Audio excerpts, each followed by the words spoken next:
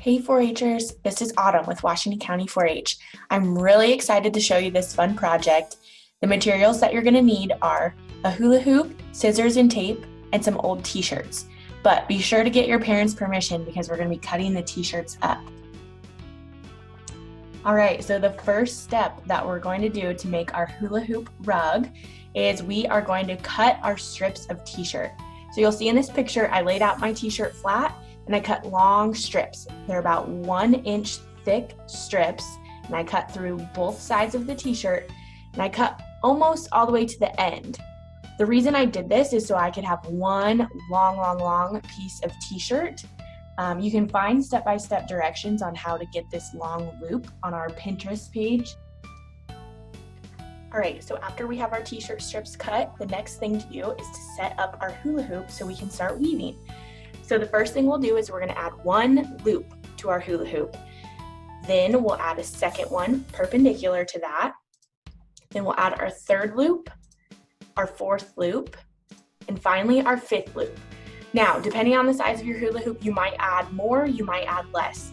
Again, that depends on the size of your hula hoop. However, in order to weave, we need an odd number of spokes to go over, under, and then rotate the next time we go around. It needs to be an odd number. So what we're going to do is combine two of our spokes together. So you'll see right there at the top, there's actually two spokes there, and I combined them. So if you count with me, we have 1, 2, 3, 4, 5, 6, 7, 8, 9. We have 9 spokes, so this will be perfect for weaving. So after we get the hula hoop set up like this, we can start. So what I did is I took my first color of t-shirt that I wanted to weave with, and you're gonna tie it to that special spoke that we talked about.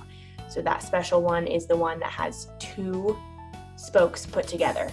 So then once you secure it to that spoke, you can start weaving and go over, under. So here's an example. As you go, you're definitely gonna wanna pull it tight, not too tight that it bunches up, but you'll wanna make sure that there's no spaces. Okay, so then you'll keep weaving until it is about the size of your hand. Okay, this is where we're gonna switch things up just a little bit. So we have that center core of our rug done. And now what we're gonna do is we're going to weave every individual piece of our spoke. Okay, so remember, I said we need an odd number to be able to weave. So this is where we're gonna separate those 2 spokes that we put together. Okay, so we're gonna separate them. So that would give us an even number, right? And I said we need an odd number to be able to weave. So we're going to keep one of those spokes and we're gonna weave each individual piece. And then the other spoke, we're gonna treat as just one piece of fabric. So there'll be 2 pieces there, but we're gonna go over or under it together as one piece. This will make a little bit more sense here in just a bit. So here's a picture to show you. We're going over under each individual piece of our spokes. So again, earlier I said that I used tape to secure my spokes to my hula hoop so they didn't move around. But here I adjusted the tape to kind of spread those spokes apart. Okay, so you'll keep weaving. So here it's really easy to see our number of spokes, right? So if you count with me, we have 1, 2, 3, 4, 5, 6, 7, 8, 9, 10, 11, 12, 13, 14, 15, 16, 17, 18, 19. Okay, so this 19th spoke is actually 2 pieces, just like all the other ones, but we're treating it just as one. So we're going over both of those pieces or under both of those pieces. So as you go, you might change colors or you might run out of t-shirt and you might have to tie on another piece. That is perfectly fine. What I did is I just cut off those little tails as I went. So you'll keep weaving, you can add different colors. This is the really fun part that you get to mix up and make it your own, right? You don't have to, it won't look just like mine. Okay, and so you can keep going. You can go as far out as 4 inches away from the hula hoop, or you can stop before that. I decided to stop here.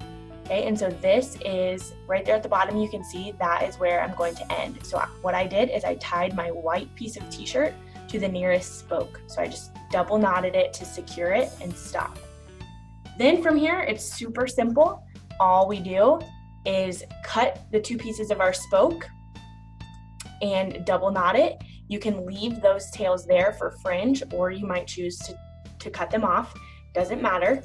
I chose to leave mine to have a little bit of fringe on my rug. And voila, here is your final product. So thanks for following along today, guys. I'd really like to see your masterpieces or what you create. If you have any questions or you want to send me what you created, you can email washingtoncounty4h@unl.edu. Thanks, everyone.